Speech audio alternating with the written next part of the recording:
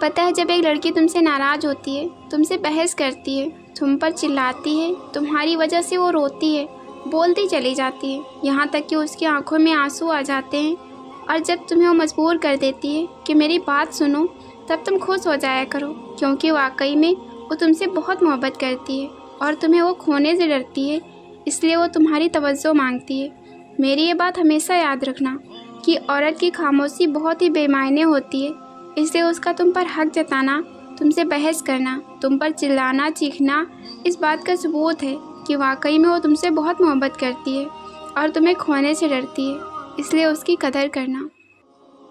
کیا نکاح سے پہلے ہونے والے شوہر سے بات کرنا جائز ہے؟ نکاح سے پہلے ہونے والے شوہر سے بات کرنا بالکل حرام ہے۔ جامع ترمذی میں حدیث ہے، نبی صلی اللہ علیہ وسلم نے فرمایا کہ جب کوئی دو نامحرم مرد اور عورت کسی جگہ الگ ہوتے ہیں تو تیسرا ان میں شیطان ہوتا ہے۔ نکاح سے پہلے ہونے والے شوہر سے کسی بھی طرح کا تعلق رکھنا جائز نہیں ہے۔ منگنی کے بعد بھی آپ منگیتر سے بات نہیں کر سکتے جب تک نکاح نہ ہو، کیونکہ منگیتر بھی نامحرم ہے۔ نکاح کے بعد جب تک رخصتی نہ ہو، مرد اور عورت کسی بھی طرح کا تعلق قائم نہیں کر سکتے، اور جب آپ کا نکاح نہیں ہوا اور آپ بات چیت شروع کر دیں پہلے ہی، تو 99% چانس ہے کہ آپ کی شادی ٹوٹ بھی سکتی ہے۔ بیوی دوبارہ مل جاتی ہے۔ آپ نے فتنہ تو سنا ہی ہوگا، بعض مرد کہتے ہیں کہ بیوی دوبارہ مل جاتی ہے، مگر والدین، بہن، بھائی دوبارہ نہیں ملتے۔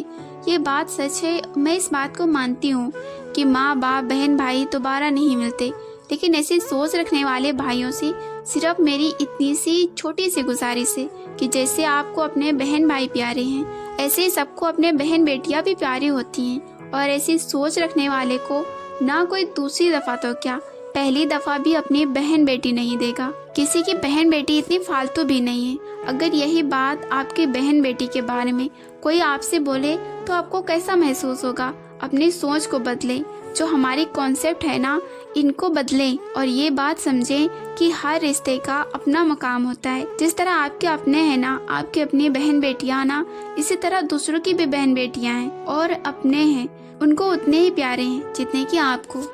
ہماری عزت کی خاطر بیٹی رشتہ قبول کر لو، اس جملے سے شروع ہوا ہے رشتہ۔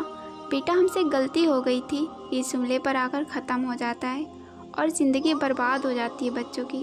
آخر کب تک آپ اس حق سے خود کو محروم رکھیں گے جو حق آپ کو شریعت نے دیا ہے؟ اگر زبردستی آپ کی شادی ہو رہی ہے تو آپ انکار کر سکتے ہیں، یہ نافرمانی نہیں ہے۔ جب اسلام آپ سے کہہ رہا ہے کہ زبردستی کا نکاح ہی نہیں ہوتا، تو پھر آپ کیوں اللہ سے زیادہ لوگوں کی باتیں سنتے ہیں؟ خدارا اپنے حق کے لیے آواز اٹھانا سیکھیے۔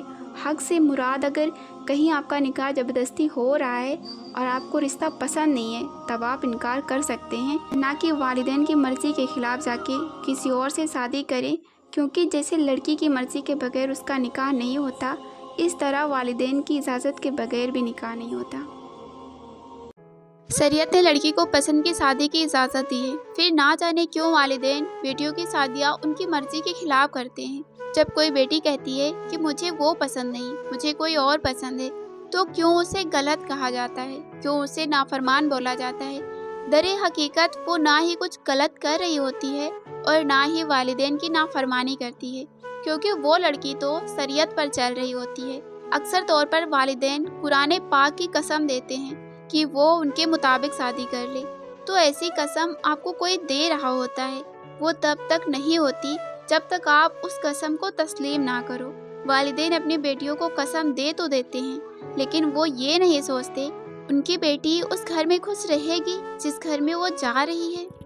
اگر آپ کی بیوی آپ کی یہ 4 بات مانتی ہے تو یقین کریں آپ کو ایک بہت ہی اچھی بیوی ملی ہے۔ نمبر 1، آپ کی اجازت کے بغیر وہ کبھی بھی کسی غیر مرد سے بات نہیں کرے۔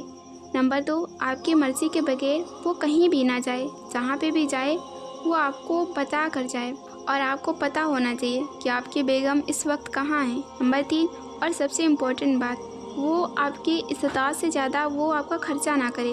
اگر یہ کوالٹی ہیں تو بہت ہی اچھی بات ہے، اور سارے جھگڑے تو وہیں دفن ہو جاتے ہیں، اور جو بھی آپ اس گزر بسر کے لیے خرچ کے لیے دیتے ہیں الٹا وہ اس میں بچاتی ہے، تو یہ سب سے بڑی اور اچھی ہونے کی نشانی ہے۔ اور سب سے آخر، نماز پڑھتی ہو تو اگر آپ کی بیوی میں یہ کوالٹیز ہوں تو مبارک ہو، اچھی زندگی گزاریں، آپ کو بہت ہی اچھی بیوی ملی ہے۔